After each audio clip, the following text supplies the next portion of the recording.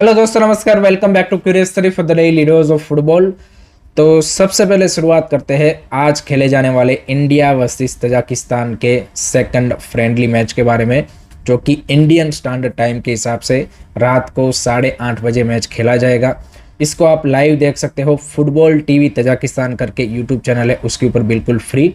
अब अगर हम मैच के बारे में बात करें तो टू बी ऑनेस्ट ज़्यादा उम्मीद टीम से है नहीं, बिकॉज फर्स्ट मैच में जिस तरीके से हमारी टीम ने परफॉर्मेंस पुटअप की थी उससे लग नहीं रहा कि हम उतना ज़्यादा चैलेंज तजाकिस्तान को दे पाएंगे। दूसरा चीज़ ये ज़रूर है कि खालिद जमील यहाँ पे अपने कुछ जो बेंच प्लेयर्स है उनको कुछ मिनट्स या फिर उनको ट्राई आउट कर सकते हैं, बिकॉज ये आपका लास्ट इंटरनेशनल मैच है। इसके बाद स्ट्रेट अवे आपको जो सितंबर अक्टूबर की जॉइंट फीफा विंडो है उसमें फीफा आसियान कप खेलने जाना है, तो बीच में एक लंबा गैप है। तो आपको जो भी एक्सपेरिमेंट करने हैं वो इसी मैच में करने पड़ेंगे। चांसेस कम है कि खालिद जमील इतने ज़्यादा कोई बदलाव करेगा। आई थिंक अगेन वो अपने जो ट्रस्टेड एक्सपीरियंस प्लेयर है उनके साथ ही आगे बढ़ेंगे। एंड टीम से भी जैसे मैंने बताया कि ज़्यादा उम्मीद है नहीं, थोड़ा सा मे बी फाइट बैक कर सकते हैं, but I still feel Tajikistan is the clear favourite in this match and maybe again वो हमको यहाँ पे बीट कर दे। So that is gonna be the story of this match. आपको क्या लगता है, आपका क्या प्रेडिक्शन है, कमेंट सेक्शन में ज़रूर बताइए।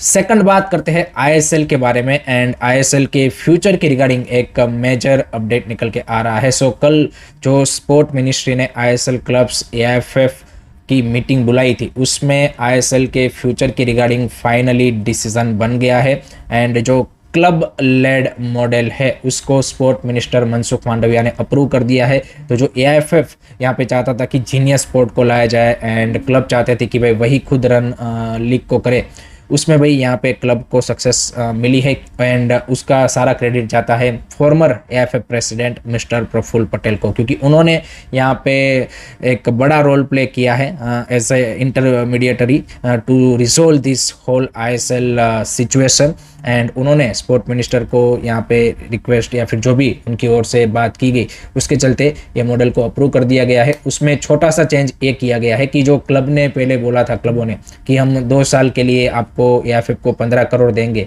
वहाँ पे स्पोर्ट मिनिस्ट्री ने उसको 4 साल कर दिया है कि भाई 4 साल के लिए इस मॉडल के ऊपर हम जाएंगे, ताकि थोड़ा सा यू कैन से कि short to medium term and थोड़ी सी स्टेबिलिटी भी ला पाए।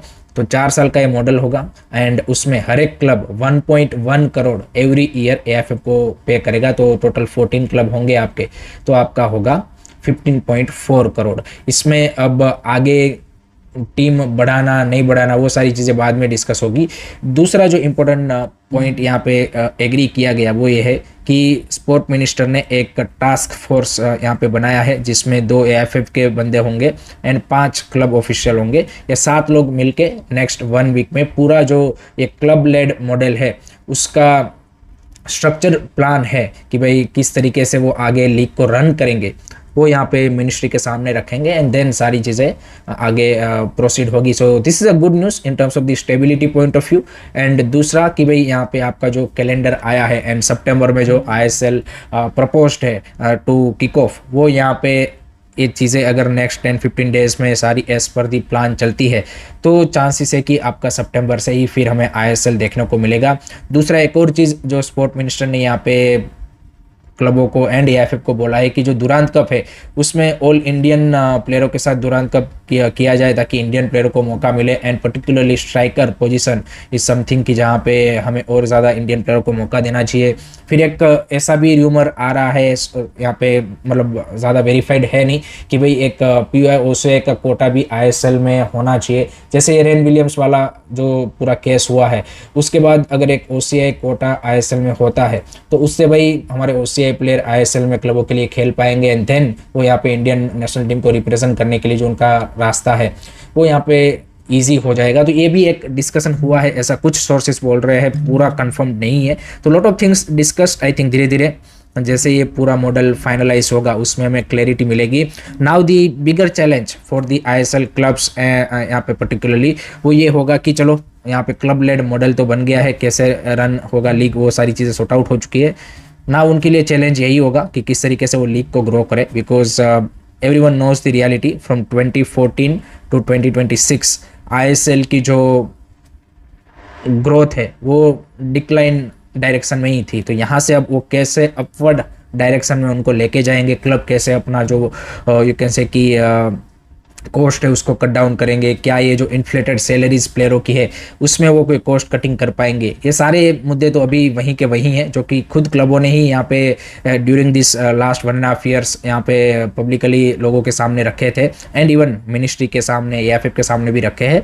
तो ये सारे चैलेंजेस अब होते हैं कि अब लीग को कैसे बेटर किया जाए। आपका एक नीचे का बेस तो हो गया कि भाई कैसे लीग होगा, अब उस लीग को कैसे बेटर किया जाए, that is the ultimate challenge. And वो अगर ये लोग हासिल नहीं कर पाए देन अगेन 3-4 साल बाद we are back to square one ही फिर आ जाएंगे। तो that is the real challenge, but this good news in terms of the ISL future point of view. आपका क्या मानना है, आपके क्या थॉट्स है, कमेंट सेक्शन में do let me no.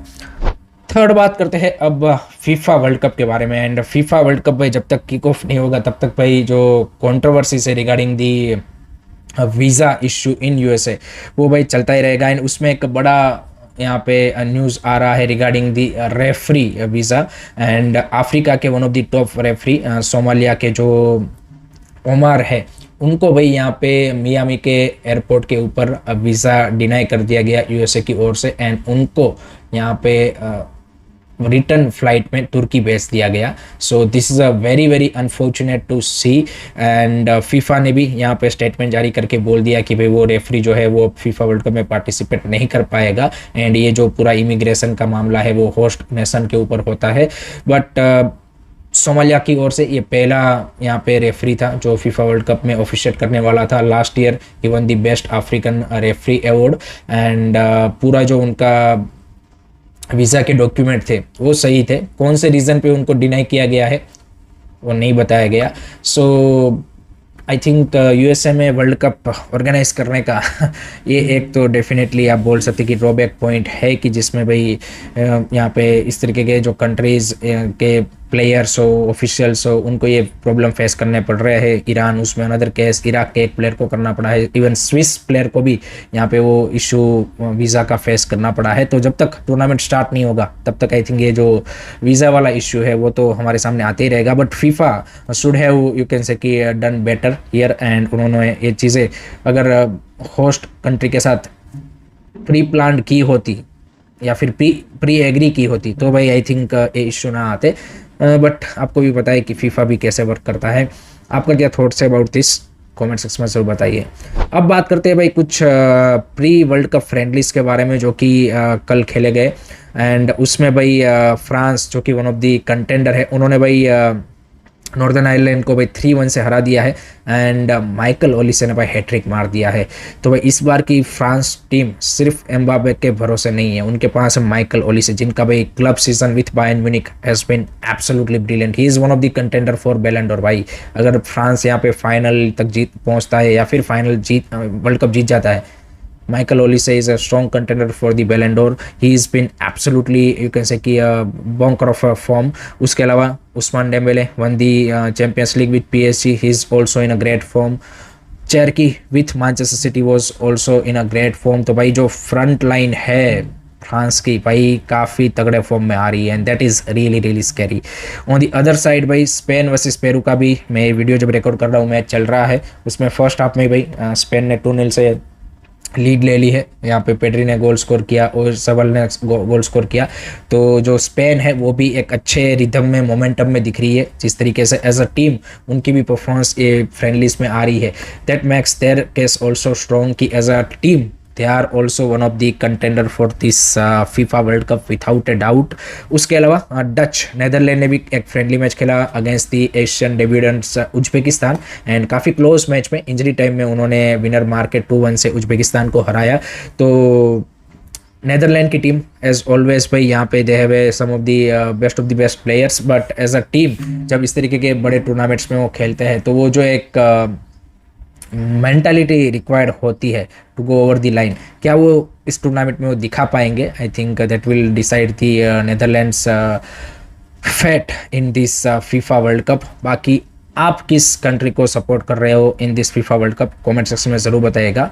And full preview already channel पे डाल दिया गया है, तो उसको भी जरूर चेकआउट कीजिए। So that's it from my side guys regarding today's football news. I hope कि आपको वीडियो पसंद आया होगा। Keep supporting this channel, don't forget to like, share and subscribe करिए सरी। जय हिंद, जय भारत।